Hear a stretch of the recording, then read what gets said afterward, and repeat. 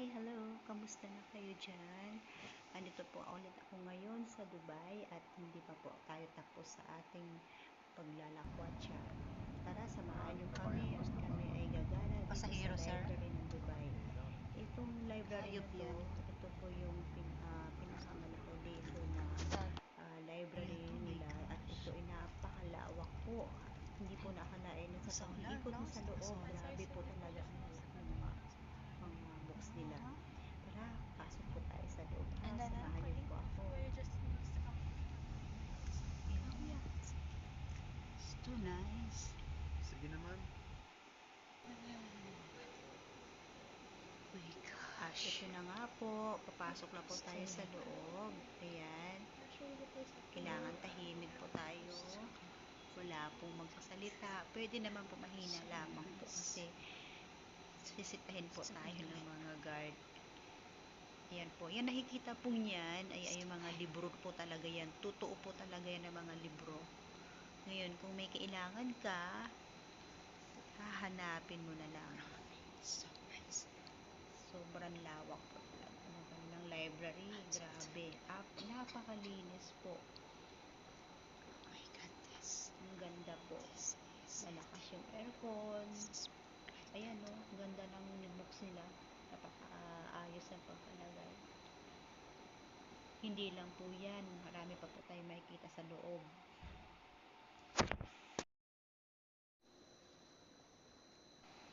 At ayan nga, picture muna tayo para may souvenir naman ng ating pagpunta dito sa library na to. Alam nyo, hindi ako mahilig sa mga books na mga klase ng mga kapal kasi talagang gusto ko talaga yung naririnig ko na lang kasi gusto ko talaga yung mahilig lang ako makinig lang pero yung pagdating sa books hindi talaga ako mahilig magbasa kaya nagkaroon ako ng interest kasi lahat ng languages nandito. Arabics nandito, gusto mo talagang matuto. Tara, labas muna tayo sa labas. Tingnan muna natin sa labas. Ang ganda po ng kanilang paligid. Napakaaliwalas.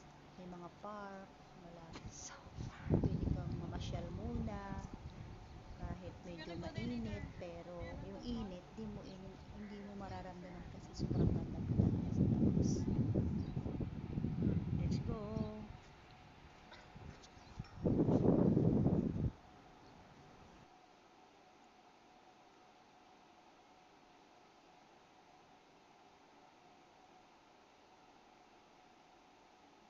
Yan, picture muna tayo ah.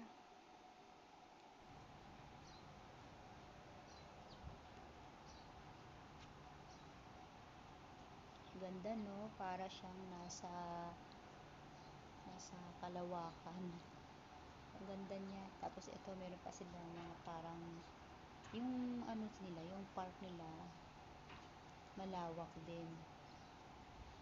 So ito yung mga design nila sa labas.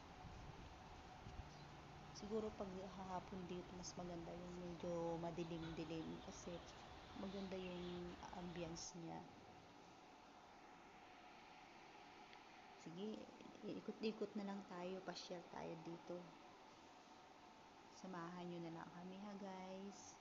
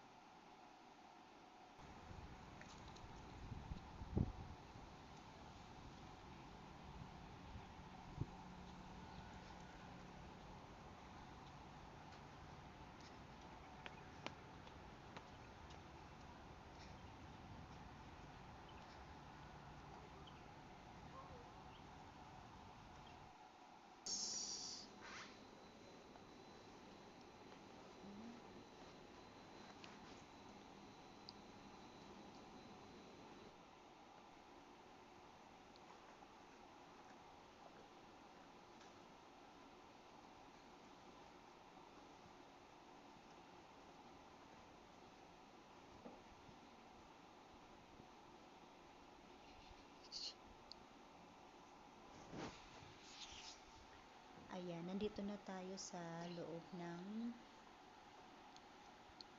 library. Yung nakaayos talaga siya. Halimbawa, may kailangan ka na gustong basahin.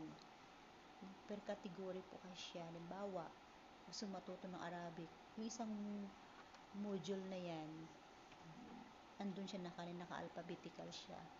Ito ay sa baba pa lang ito. Meron pa po yan taas, mamaya po sa taas.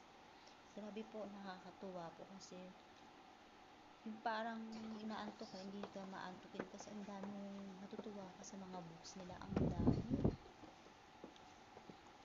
Ako nga kahit di ako mahilig, tingnan mo nagkaroon ako, may nakita ako na gusto kong basahin. Kaya napaupo na lang ako at napabasa. Kaya habang sila basa ng basa, ayan, pupunta na kami sa taas. Sa taas naman, may mga books naman doon. May mga books dito sa taas, ang dami rin.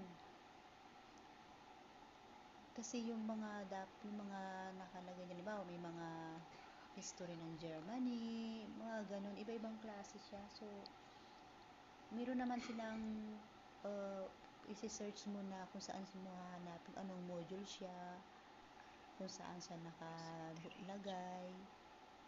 So, guys, grabe. Yung kalahating araw namin dito, siguro kung magbabasa ka ng isang libro, hindi mo kakayanin kasi talagang ang dami talagang mapapagpipilian.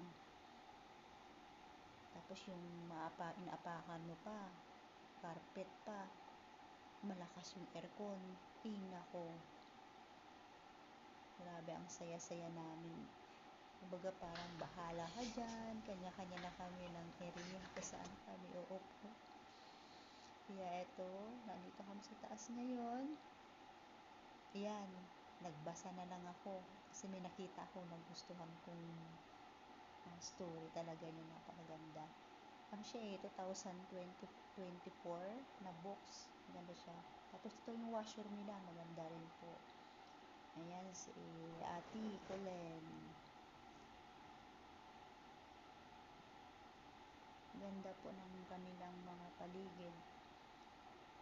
Kahit siguro nagugutom ka, di ka magugutom dito kasi nakikita mo na yung mga mga books, maganda talaga. Ito naman, pababa kami. Sa baba naman, ito naman yung mga pambata. May playground. Ang lawak din po ng mga pambata po, guys. Grabe. Hindi po kayo magsasawa talaga dito. Yung mga anak mo, mahilig sa books. Ayan.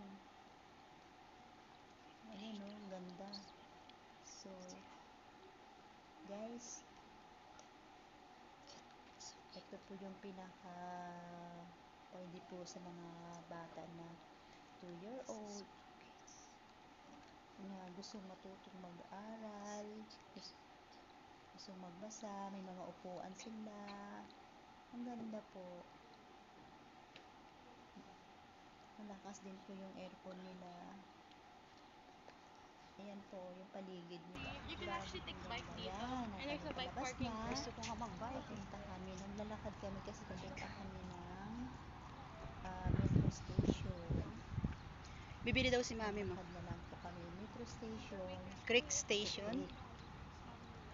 Ngayon, kasi nilalakad na lang namin kasi may pupuntahan pa kami, papasyalan pa kami ng isang mall.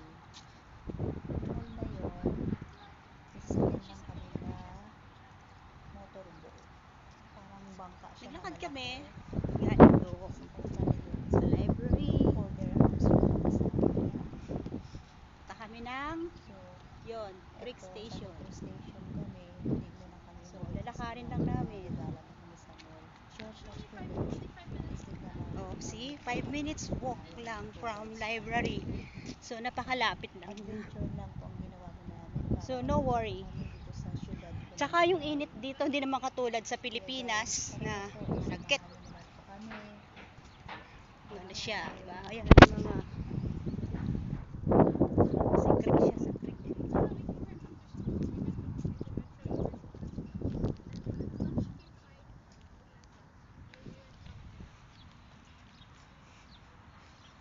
Mahal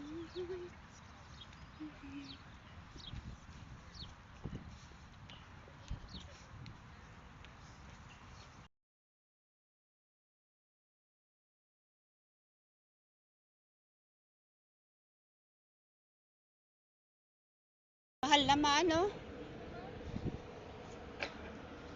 Creek. This is Creek. This is Creek Station. Going inside. Where? Can I see you for 5 minutes? Yeah.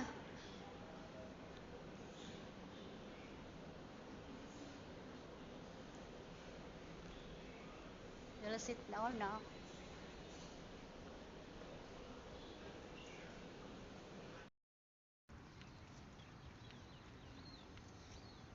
Kahit nga kami. Kaya nga. Ay, Hello? ay ako naikot naman sa Philippines.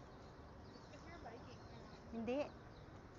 Yung work ko, hawak ko yung branch overall. maabot yung sa kita mo sa Cebu. Oo. Stay ako 1 year. Iloilo, 1 month.